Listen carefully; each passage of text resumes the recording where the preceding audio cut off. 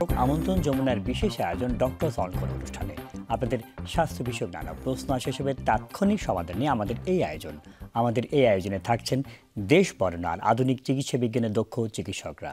এই পর্যায়ে আজ আমাদের আলোচনার বিষয় নাক, কান ও গলার সমস্যা। আলোচনার জন্য আমাদের সঙ্গে অতিথি হিসেবে আছেন ডাক্তার মোহাম্মদ আবদুল্লাহ আল মামুন, সহযোগী অধ্যাপক ও সার্জন, নাক, কান ও গলা বিভাগ, মুগদা মেডিকেল কলেজ। আপনাদের সাথে পুরো আয়োজন জুড়ে আছে আমি ডাক্তার আবু সাইদ শিমুল। দর্শক, শীত কিন্তু জেঁকে বসেছে এবং এই সময়ে দেখা যাচ্ছে নাক, কান এবং গলার বিভিন্ন ধরনের সমস্যা হয়। ছোটদের হয় তা কিন্তু নয়, বড়দেরও হচ্ছে। এই সময় কি কি বিষয় অবলম্বন করলে এই সমস্যাগুলো থেকে আমরা মুক্ত থাকতে পারবে তা নিয়ে আমাদের সাথে অতিথি হিসেবে আছেন। আপনাকে স্বাগত আমাদের অনুষ্ঠানে। Thank you. জি, একটু যদি বলতেন ডাক্তার মামুন, এই সময় আসলে আপনি তো দীর্ঘদিন ধরে আসলে এই বিষয়ে অভিজ্ঞতা সঞ্চয় করে এসেছেন, এই সময় আসলে কোন কোন রোগীগুলো আপনারা বেশি পাচ্ছেন? আপনাকে অনেক ধন্যবাদ ডক্টর শিমুল ভাই। জি, অ্যাকচুয়ালি এই যে শীতের আগমনী এবং বা প্রায় শীত এসেই গেছে, সেই মর্মে আমরা নাক, কান, গলা চিকিৎসকরা বিভিন্ন ধরনের রোগী আমরা পেতে থাকি সব সময় বা সারা বছর ব্যাপীও থাকে। শীতের প্যাটার্ন বা বিভিন্ন সমস্যা অনুযায়ী বিভিন্ন সময় বিভিন্ন রোগীগুলো আমাদের কাছে আসতে থাকে। অলরেডি আমরা সেই রোগীগুলো পাওয়া শুরু করেছি এবং শীতের সময়গুলোতে যে সমস্যাগুলো সাধারণত আসে, যেমন শীত যেহেতু একটু ড্রাই সিজন, অর্থাৎ এটা একটা শুষ্ক পরিবেশ থাকে, যার ফলে স্বভাবতই আমরা ঠোঁট, মুখ, গা, শরীরের চামড়া ইত্যাদি শুকিয়ে যায়। ঠিক তেমনইভাবে আমাদের নাকের যে মিউকোসা, অর্থাৎ নাকের যে ঝিল্লি পর্দা, নাক একটা খোলা জায়গার দিকে কিছুটা অংশ থাকে, সেটাও শুকিয়ে যায়। এই শুকিয়ে যাওয়ার কারণে এই নাক থেকে আমরা যেহেতু রেসপিরেশন অর্থাৎ শ্বাস প্রশ্বাস নিয়ে থাকি, বাতাস ছাড়ি এবং গ্রহণ করি, সেখান থেকেই শুরু হয় বিভিন্ন সমস্যাগুলো।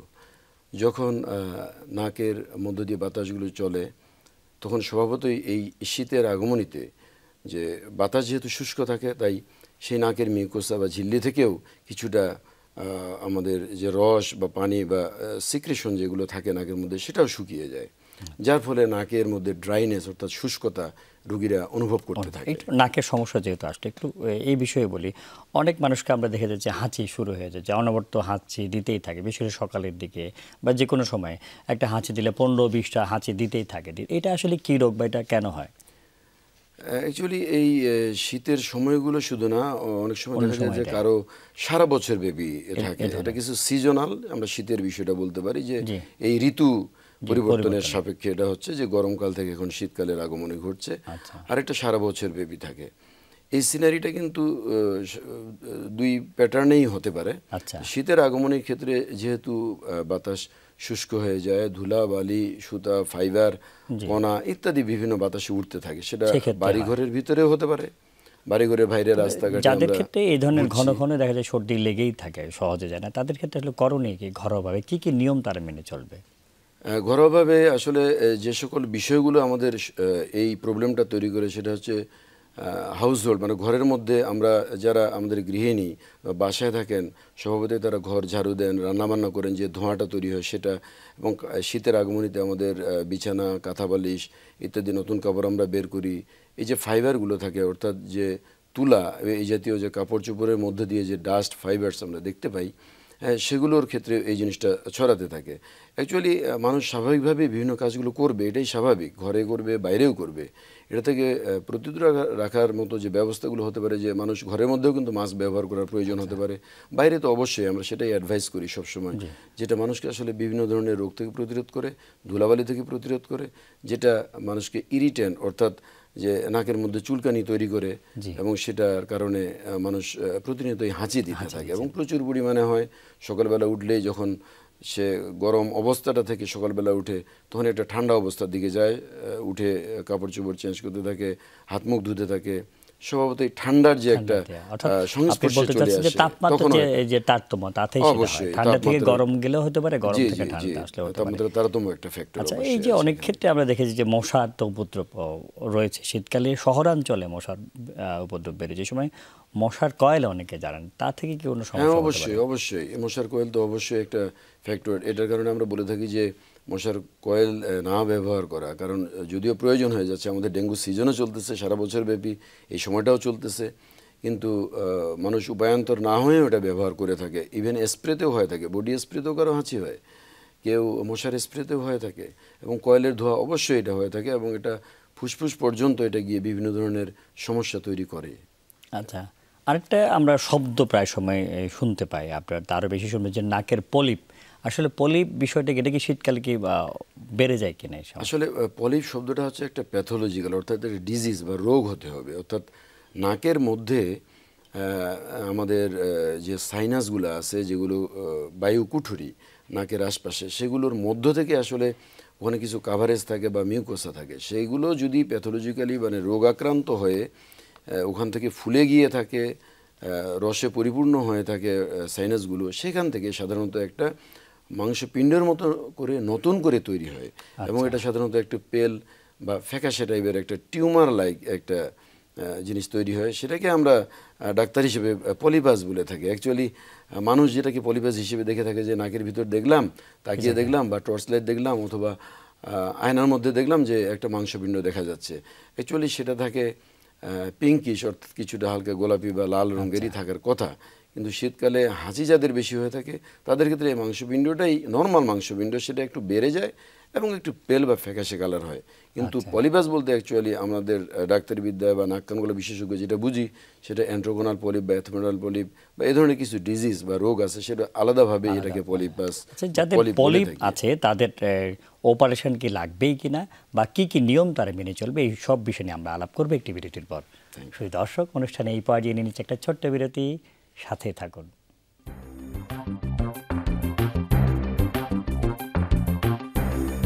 বিরতির পর ডক্টর সাউন্ড কল অনুষ্ঠানে আপনাদেরকে আবারও স্বাগত জানাচ্ছি। আজকে আমাদের আলোচনার বিষয় নাক, কান ও গলার সমস্যা, এবং আমাদের সাথে অতিথি হিসেবে আছেন ডাক্তার আব্দুল্লাহ আল মামুন। আমরা কথা বলছিলাম পলিপ নিয়ে। আসলে পলিপের ক্ষেত্রে অনেকে একটা ভয় থাকে যে না পলিপ হলেই কি অপারেশন লাগবে কিনা, বা কি নিয়ম তাদের মানতে হবে? যেটা অ্যালার্জি জনিত সাধারণত এই শীতকালের জন্য হয়ে থাকে, সেটা মূলত প্রচুর পরিমাণে হাঁচি, নাক পানি পড়া এবং নাক চুলকানি, এগুলোর কারণে আস্তে আস্তে যে আমি যেটা বলছিলাম যে সাইনাসগুলোর মধ্যে যে মিউকোসা, এটা পরিবর্তন হয়ে যায় প্রচুর পরিমাণে, ঠিক আঙ্গুরের থোকার মতো দেখতে এরকম কিছু মিউকোসার চেঞ্জ হয় বা পলিপের মতো তৈরি হয়, সেটাকে বলে থাকে এথমেরাল পলিপ। এটা একটা ডিজিজ। আরেকটা হয়ে থাকে অন্য যে কোনো সময় হতে পারে, ইনফেকশন হয়ে থাকে বারবার সাইনাসগুলো, যার ফলে কিছু পরিমাণে ইনফেকশনের কারণে অ্যান্ট্রোগোনাল পলিপ। এটা আমরা দুই ধরনের প্যাথোলজিক্যালভাবে এভাবে বলে থাকি রোগগুলো। এই দুইটা রোগ যদি হয়ে থাকে তাহলে এই দুইটার জন্য অবশ্যই অপারেশনের প্রয়োজন। তবে তার ক্ষেত্রে প্রতিরোধমূলক ব্যবস্থার জন্য কিছু নেওয়া যেতে পারে, যেহেতু অ্যালার্জিজনিত কারণে এথমেরাল পলিপগুলো হয়ে থাকে। সেটার জন্য আমরা রোগীদেরকে বলে থাকি যে প্রিভেন্টিভ বা প্রতিরোধমূলকভাবে অ্যান্টিহিস্টামিন কিছু ট্যাবলেট পাওয়া যায়, মন্টিলুকাস্ট এই জাতীয়, এবং নাকি কিছু স্প্রে আমরা ব্যবহার করে থাকি। সেটা প্রতিরোধ এবং চিকিৎসা হিসেবে দুটার ক্ষেত্রে আমাদের যথেষ্ট পরিমাণে কাজে লাগে। আচ্ছা, একটু আগে যে আমরা বিরতির আগে আলাপ করেছিলাম যে যাদের ঘন ঘন ঠান্ডা লাগে, বা আপনি এখন বলছেন পলিপের কথা, কিছু নিয়মের কথা বলেন, কিন্তু অনেকে দেখা যাচ্ছে যে কিছু খাবারের বিধি নিষেধ দেয়, যে চিংড়ি খাবেন না, গরু খাবেন না। আসলে এগুলি খুব বেশি প্রয়োজন আছে? আসলে এই খাবার সংক্রান্ত বিষয়টাতে স্কিন অ্যালার্জির জন্য খুব বেশি প্রয়োজন হয়ে থাকে। অন্য এই ধরনের খাবারগুলো যেমন, যেহেতু নাক আমাদের একটা প্রবেশদ্বার ফুসফুসের জন্য, সেটা ফুসফুস পর্যন্ত কিছু পরিবর্তন কিন্তু কাপ ভেরিয়ান্ট অ্যাজমা বা ব্রঙ্কিয়াল অ্যাজমা, যেটাকে আমরা হাঁপানি রোগ বলে থাকি, এ ধরনের হয়ে থাকে। রোগীরা এই সময়গুলোতে কাশি পর্যন্ত দিয়ে থাকে, প্রচুর পরিমাণে শুষ্ক কাশি পর্যন্ত হয়।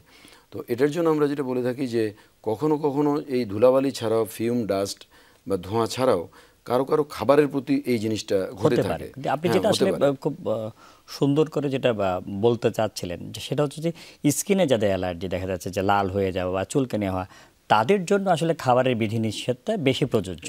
এক্ষেত্রে সব সময় যে প্রযোজ্য হবে তা না, এবং আমরা যে ঢালাওভাবে সব কিছুই বন্ধ করে দিয়ে আপনার হাঁচি হচ্ছে সেটাও ঠিক না। যদি কারো বিশেষভাবে কোনো একটা খাবারের দেখা যাচ্ছে যে খেলে তার এমন হয়, সেক্ষেত্রে সেইটাই তার আসলে সেক্ষেত্রে উনি সেটা নিজেই উনি আইডেন্টিফাই করতে পারবেন। কিন্তু যে আমরা যে সর্দি কাশি বা অ্যাজমা বা এই ধরনের সর্দি হয়ে যাওয়া, এই ধরনের ক্ষেত্রে খাবারের বিধিনিষেধটা অত বেশি গুরুত্বপূর্ণ, অত বেশি না, তার থেকে বেশিরভাগ ঠান্ডা এবং ধুলাবালি ইত্যাদি সংক্রান্তটাই বিষয়টা বেশি আসে। আরেকটা বিষয় যে এই সময়ে সবচেয়ে যেটা সবাই বেশি আলোচনা করে, সেটা হচ্ছে আসলে নাকের কথা তো বললামই, গলার টনসিলের বিষয়টা। টনসিল আসলে বিষয়টা কি? এই অঙ্গটা আমাদের কি কাজে লাগে?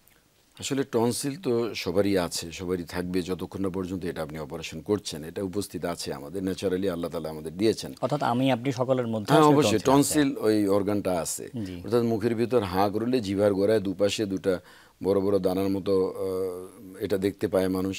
এই দুইটাই টনসিল, এবং এটা আসলে একটা গার্ড হিসেবে কাজ করে, যে মুখের ভিতর প্রতিরোধমূলক যেটা লিম্ফয়েড অর্গান আমরা বলে থাকি, যেটা অর্থাৎ রোগ প্রতিরোধ এটা যে দিয়েছে। সহায়ক অর্থাৎ হিসেবে স্রষ্টা যে আল্লাহ বা আমাদের এটা দিয়েছে, এটা তো আসলে কাজ আছে আপনার জি, প্রতিরোধ অবশ্যই আছে। মূলক ব্যবস্থার জন্য। জি। জি। তো এইটা আসলে কারো কারো ক্ষেত্রে দেখা যায় ওখানে ব্যথা করে, ফুলে যায়, এর কারণটা কি?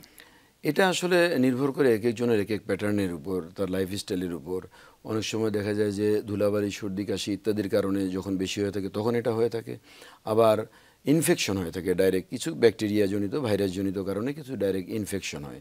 এই ইনফেকশন বা ঘা বা প্রদাহ যেটা আমরা বলে থাকি, সেটা যে সবসময় সারা বছর ব্যাপী থাকবে এরকমও নয়।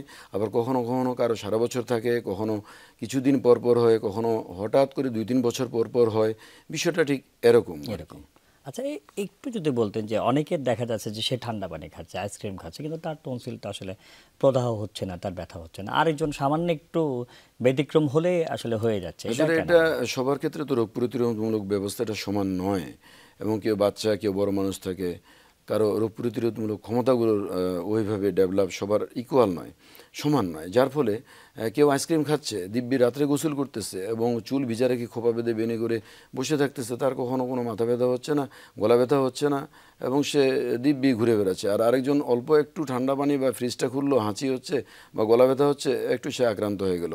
এটা আসলে এক একজন ব্যক্তির যে অবস্থাগুলো, যে শারীরিক প্রতিরোধ ক্ষমতা এবং তার লাইফস্টাইল এবং প্যাটার্ন, এক একজন মানুষের এক এক রকম, সেই হিসেবেই আসলে এটা যাদের পার্থক্য এরকম হয়ে থাকে। ধরনের প্রবণতা রয়েছে, যাদের টনসিল ব্যথা হওয়ার বা প্রদাহ হওয়ার, তাদের ক্ষেত্রে আসলে করণীয় কি কি কি নিয়ম মেনে চলবে তারা? অ্যাকচুয়ালি যাদের ক্ষেত্রে এই ঘটনাগুলো ঘটতে থাকে, উনি আসলে নিজেই বুঝতে পারেন যে আমার কোন কোন বিষয়গুলোতে আসলে সমস্যাগুলো হয়। উনি আইডেন্টিফাই নিজেই করতে পারেন যে আমি হঠাৎ করে ঠান্ডা খাচ্ছি, হঠাৎ করে আমার ঋতু পরিবর্তন হচ্ছে, অথবা আমি অনিয়ম করলাম আজকে রাত্রে, বা এসির বাতাস আজকে বেশি খেয়ে ফেললাম, সকালবেলা দেখি গলা ব্যথা, আমি কষ্ট পাচ্ছি, ঢোক গিলতে পারতেছি না। এই জিনিসগুলো সাধারণত হয়ে থাকে। তাই সেই ক্ষেত্রে আমরা তাদেরকে বলে থাকি যে আপনি যখন জানেন এই বিষয়টা, আপনার এই পরিবর্তনগুলো আসে এই সকল সংক্রান্ত বিষয়ে, এই সময় আসলে অনেকে বলেন যে গার্গেল করতে, বা অনেকে বা অন্য বিভিন্ন নিয়ম মানতে, এগুলি আসলে কতটুকু উপকার করে? হ্যাঁ, গরম পানি বা কুসুম গরম পানি দিয়ে, লবণ পানি কিংবা ভায়োডিন মাউথওয়াশ এরকম কিছু আছে, পভিডন আয়োডিন কিছু ওষুধ, সেটা দিয়ে গড়গড়া করলে শীতকালে যে কোনো মানুষই আসলে ভালো থাকতে পারে সবসময়ের জন্য। এটা এদেরকে অনেকে প্রযোজ্য যেটা হতে করেন পারে। সারা বছর থেকে ধরে কি আসলে গরম পানি খেতে হবে, নাকি আসলে শীতকালে বা যে সময় আক্রান্ত হবেন ওই সময় না, খেতে হবে? অ্যাকচুয়ালি গরম পানি খাওয়াটা সবসময় প্রযোজ্য নয়। ওই সময়ের জন্য গরম পানিটা আসলে সুদিং বা আরামপ্রদ হয়। কিন্তু তাই সারা বছর ধরে সারা normally বছর খেতে ধরে হবে খেতে হবে এরকম কোনো বিষয় নয়। কারণ লিকুইড, দুধ, জুস বা কুসুম গরম যে খাবারগুলো, সফট ডায়েট, এগুলো একটু আরাম দেয় এই সময়গুলোতে, ব্যথার সময়। তাই আমরা ওই সময়গুলোতে এটা খেতে বলি। আমরা কথা বলছিলাম যে গলার যে টনসিল ফুলে যায়, অনেকে ভয়ে থাকেন। টনসিল শুনলে, বিশেষ করে ছোট ছোট যারা শিশু রয়েছে, তার মা বাবারা তো আতঙ্কিত হয়ে পড়েন যে তার অপারেশন লাগবে কিনা। আসলে এই ধরনের সুনির্দিষ্ট কোনো নিয়ম রয়েছে কিনা, কি এই এই এই জিনিস থাকলে হ্যাঁ, অবশ্যই নিয়ম রয়েছে। কারণ গলার ভিতর ব্যথা হবে, ব্যথা হওয়ার শুধু কারণ যে টনসিল এটা কিন্তু নয়। ফ্যারিংস আছে, ফ্যারিঞ্জাইটিস, মানে গলার ভিতর আরও অনেকগুলো ব্যাপার আছে। জিভার গোড়াতেও ব্যথা হতে পারে, ফ্যারিঞ্জাইটিস হতে পারে, ইভেন নাকের সমস্যা যে বললাম, সর্দি কাশি জ্বর থাকলেও তো গলা এমনি সাময়িকভাবে হতে পারে। কিন্তু টনসিল প্রদাহটা হচ্ছে, টনসিল বড় হয়ে যাওয়াটাই কেটে ফেলা এটাও কারণ নয়। টনসিল ইনফেকশন হয়ে গেলে সিঙ্গেল অ্যাটাক, অর্থাৎ একবার অ্যাটাক হলো তাতে আমি কেটে ফেলবো বা কাটার কথা বললো, বিষয়টা এরকম নয়। এটা আসলে ওই বাচ্চাটার অথবা ওই বড় মানুষের ক্ষেত্রে আমরা হিস্ট্রি নিয়ে থাকি যে এটা আসলে কী ধরনের অ্যাটাক হচ্ছে, তার বছরে কতবার হচ্ছে, এবং সেই আক্রমণের কারণে ওই বাচ্চার বা ওই ব্যক্তির তার স্কুলে যাওয়া, কাজের হ্যাম্পার হওয়া, ছুটি নিতে হচ্ছে, এবং বারবার আক্রান্ত হয়ে ওই বাচ্চাটা স্কুলে যেতে পারতেছে না, গলা ব্যথা, তার সাথে জ্বর, এবং যথেষ্ট কষ্ট পেয়ে তাকে যখন তার কাজ থেকে বিরত থাকতে হচ্ছে, এবং বারবার এই ঘটনাটা ঘটে। এমন কোনই আছে বছরে কতবার? হ্যাঁ, এ ধরনের হিসাব আছে আমাদের। বছরে 2-3 বার করে 2-3 বছর লাগাতার হতে হবে, অথবা একই বছরে অন্তত 5 থেকে 7 বার অ্যাকিউট ইনফেকশন, অর্থাৎ প্রদাহজনিত এই ধরনের হতে হবে। এটাই মূলত আমরা খুব বেশি পরিমাণ হাইলাইট করে দেখি। এই যে অপারেশন যেটা করা হয়, সেটা আসলে কি কোন পদ্ধতিতে করা হয়? আপনার একটু এই বিষয়গুলোতে একটু আলাপ করতে চাই যে টনসিল অপারেশন করেন এটা কি কি পদ্ধতি রয়েছে? অপারেশনের পদ্ধতিগুলো আসলে আমাদের মুখের ভিতর দিয়ে এটা করা হয়। জি। স্বভাবত হয়তো অনেকে ভাবে যে বাইরে দিয়ে কাটে কিনা গলার, অনেকে মনে করে গলা কেটে ফেলছে না কিনা, অ্যাকচুয়ালি তাই না? নয়। মুখের টনসিলের ভেতর বিষয়টা হচ্ছে গলার ভিতরে থাকে, জিভার গোড়ায়, এবং সেটা মুখের ভিতর দিয়েই হবে এই অপারেশনটা।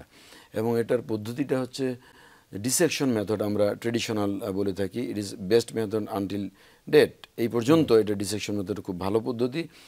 এই পদ্ধতিতে করে থাকি আমরা বাইপোলার ডায়াথার্মি পদ্ধতি ইলেকট্রিক মেথডের মাধ্যমে করে থাকি, ইউনিপোলার ডায়াথার্মি এগুলো ইলেকট্রিক মেথডগুলো, হট মেথড অনেকে এটা যে বলে এখন থাকে। আজকাল যে বলছেন লেজারের মাধ্যমে করে এই হ্যাঁ, বিষয়টা লেজারের মাধ্যমেও হয়ে থাকে, লেজার দিয়েও এটা করা হয়ে থাকে, এবং কবলেশন মেথড নতুন এসেছে, সেটার মাধ্যমে করা এটা হয়ে আসলে থাকে। কতদিন হাসপাতালে থাকতে হয়? ইউজুয়ালি এটা ডে কেস সার্জারি। আপনি মর্নিংয়ে করলে বিকালে বা দুপুরের পরই মানুষ যেতে পারে। সেটা নির্ভর করে যে আপনি কোন পদ্ধতিতে করেছেন সেটার উপরেই। কিন্তু লেজার দিয়ে করলে খুব দ্রুত যাওয়া যায়, কবলেশন করলে যাওয়া যায়। ডিসেকশন বা বাইপোলার অথবা ইউনিপোলার পদ্ধতিতে করলে আমরা সাধারণত single day morning to evening আমরা ছুটি দিয়ে দিই, কিংবা ওয়ান নাইট স্টে হতে পারে। অ্যাকচুয়ালি একদিনের বেশি এর স্বভাবতই পরবর্তীতে নয়। কোনো জটিলতা হয় কিনা যে অপারেশন করার পরে? অবশ্যই প্রত্যেক অপারেশনের জন্য যে জটিলতা আছে এটা কিন্তু আমাদেরকে বুঝতে হবে। এটা সব ধরনের আমজনতা, সব মানুষকে, রোগীদেরকে এটা জানাতে হবে এবং বলে আমাদের নিতে হবে, এবং এটা আমরা বলার চেষ্টা করি এবং বলে দিয়ে থাকি। কারণ এই অপারেশনে জটিলতা তৈরি হয় না এমন সার্জন কিন্তু পাওয়াটা দুষ্কর, কারণ সবসময় এটা জটিলতা হয়ে থাকে। ছোট বড় বিভিন্ন জটিলতা আছে, এবং বিশেষ করে যে জটিলতাটাতে আমরা সবসময় মুখের মধ্যে পড়ি বা ফেস করি, সেটা হচ্ছে এই অপারেশনের পর 24 ঘন্টার মধ্যেও রক্ত পড়তে পারে হঠাৎ করে। কারণ এটা একটা এরিয়া, অর্থাৎ কাটার পরে এই জায়গাটা খোলা থাকে, এটা কোনো ব্যান্ডেজ থাকে না, কোনো সেলাই থাকে না, এবং এটা ওপেন থাকে। অর্থাৎ সেটার উপর দিয়েই এই রোগীটা কিন্তু লিকুইড খাবার খাচ্ছে, সেমিসলিড খাবার খাচ্ছে। 2-1 দিন বা 2-3 দিন পর সে আস্তে আস্তে খাবারের দিকে চলে যাবে। স্বভাবতই এই কারণেই একটু ব্যথা হতে থাকে, এবং ওই খাবার বা কুলি গড়গড়া ঠিকমতো না করার কারণে কিছুটা ইনফেকশনও হতে পারে। এই কারণেই কখনো কখনো রক্ত পড়তে পারে, এটা আমরা জানাই, এবং রোগীদেরকে এটা বুঝতে হবে, এবং এটার জন্য আমরা মেজার নেওয়ার জন্য, ব্যবস্থা নেওয়ার জন্য আমরা সেই সতর্কতার জন্য কিছু কথা বলেও থাকি। আচ্ছা, এইটা টনসিল কেটে ফেলার পরে আসলে কোনো সমস্যা হয় কিনা? একটা যে অঙ্গ যে কেটে ফেললো তাতে কি ওর কোনো সমস্যা হয়? আসলে যেই অঙ্গটা আমাকে ডিস্টার্ব করতেছে এটা তখনই কিন্তু আমরা কাটার জন্য বলতেছি, তার আগ পর্যন্ত কিন্তু কাটছি না। এটা যেহেতু আল্লাহ তাআলা দিয়েছেন, তাই অবশ্যই লিম্ফোসাইট এটা প্রোডাকশনের মাধ্যমে রোগ প্রতিরোধ ক্ষমতা তৈরি হয়ে থাকে, মানুষকে রোগ প্রতিরোধ দিয়ে থাকে। কিন্তু যখন সে অসুস্থ হয়, তখন আমাকেই যখন সে অসুস্থ করতেছে বারবার, তখন স্বভাবতই কাটার প্রয়োজনটা আসে। তার আগে কিন্তু আমরা কাটতে বলছি না। তো কাটার ফলে আমাদের এই টনসিল ছাড়াও টনসিলের মতো স্ট্রাকচার আমাদের গলার ভিতর আরও রয়েছে, এটাকে আমরা অ্যাডেনয়েড বলি। তারপরে ফ্যারিঞ্জিয়াল কিছু টনসিল, লিঙ্গুয়াল অর্থাৎ জিভার গোড়ার দিকে থাকে, এগুলো কিছুটা প্রতিরোধ আমাদের দিয়ে থাকে। সুতরাং এটা মেজর কোনো ইস্যু না যে এটা কাটলে অনেক বেশি ক্ষতি হবে বা ক্ষতি হয়ে গেল, বা আমি অনেক কষ্ট পাবো, পরবর্তীতে রোগ প্রতিরোধ ক্ষমতা আমার কমে গেল, আমি বারবার বিভিন্ন সমস্যায় পড়বো। বিষয়টা আসলে এরকম ডাক্তার আব্দুল আল মামুন, আমরা অনুষ্ঠান একদম শেষ পর্যায়ে চলে এসেছে। 30 সেকেন্ডের মধ্যে যদি একটু আমাদের দর্শকদের উদ্দেশ্যে বলেন এই সময় আসলে কি কি নিয়ম মেনে চলতে হবে খুব সংক্ষেপে? এই শীতের আগমনী বা শীত প্রায় এসে গেছে, এই সময়গুলোতে আমরা স্বভাবতইভাবে আমরা উষ্ণ থাকব, এবং আমাদেরকে যেহেতু ড্রাইনেস বা শুষ্কতা থাকে এই সিজনগুলোতে, তাই আমরা লিকুইড বা জুস এই জাতীয় জিনিস বেশি করে খেতে হবে, এটাই বাস্তবতা। এবং আমাদেরকে ওয়ার্ম অর্থাৎ গরম থাকতে হবে। শীতকালে মোজা পরা, কানটুপি ব্যবহার করা, গরম কাপড় ব্যবহার করা, হ্যাঁ, এই সাবধানতা থাকতে হবে। আমরা অনুষ্ঠান একদম শেষ পর্যায়ে চলে এসেছি। ডাক্তার আব্দুল আল মামুন, এতক্ষণ আমাদের সাথে থাকার জন্য আপনাকে অসংখ্য ধন্যবাদ। Thank you very much. দর্শক, যেমন আসলে শুনছিলেন, এই সময় আসলে কিছু নিয়ম মানতে হবে। যেটি শুষ্ক মৌসুম, এই সময় বেশি করে পানি বা তরল জাতীয় খাবার খেতে হবে, এবং ঠান্ডা থেকে আসলে দূরে থাকতে হবে, এবং নিয়মগুলি যদি আমরা মেনে চলি, এই সময় নাক, কান এবং গলার সমস্যা থেকে আমরা মুক্ত থাকতে পারবো। আমরা সকলে সুস্থ থাকি, এই কারণে আজকের মতো বিদায় নিচ্ছি। আল্লাহ হাফিজ। Thank you.